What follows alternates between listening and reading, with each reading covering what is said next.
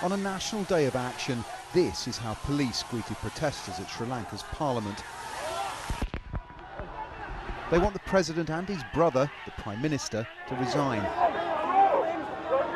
The country faces an economic and political crisis, and the anger that brought all sections of Sri Lankan society to the streets will not be easily swept aside. They have no solution for this economic downfall, and people are suffering. As a result of that, now people are in the street. They are struggling against this particular government. So as we youth, we struggle and we fight for the peace and we fight for the freedom. We fight for the voiceless people.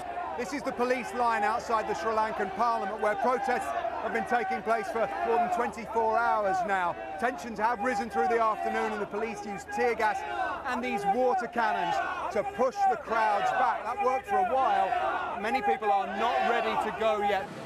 Away from the barricades, Colombo shut down. A general strike closed the central market. Workers waiting, ready to demonstrate. Public transport was closed too. The station crows, the only passengers. Fuel queues are a constant, however. Supplies of diesel and petrol, a precious commodity that the former energy minister, sacked for criticising government policy, says Sri Lanka may soon be unable to afford.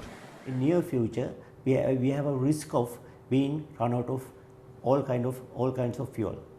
What would be the consequences for the people? Well, imagine a situation, man without blood, economy would die.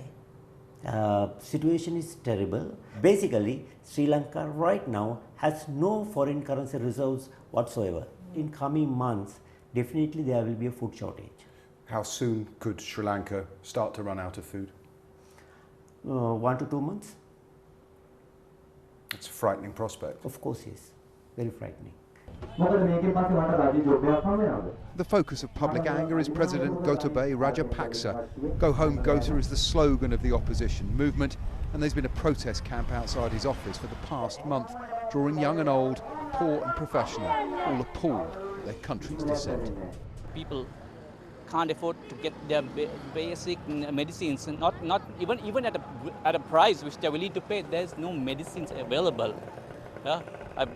At hospitals, they turn back people saying, go get the medicines from the pharmacies, and even if they go to a pharmacy, there's no medicines available. I believe that this is going to affect every single one of us eventually, and because of the nepotism, Sri Lanka has faced so much of issues, and the situation we are in right now is due to the mismanagement of our leaders.